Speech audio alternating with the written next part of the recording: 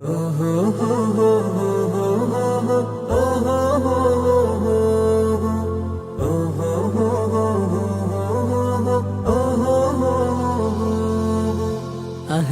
সাহলান মাহে রমজান লাইলাতুল কদরের রাত রহমত নাজাত মাগফিরাত। আহলান সাহলান মাহে রমজান লাইলাতুল কদরের রাত রহমত নাজাত মাগফিরাত। اللهم بارك لنا في رجب وشعبان وبلغنا رمضان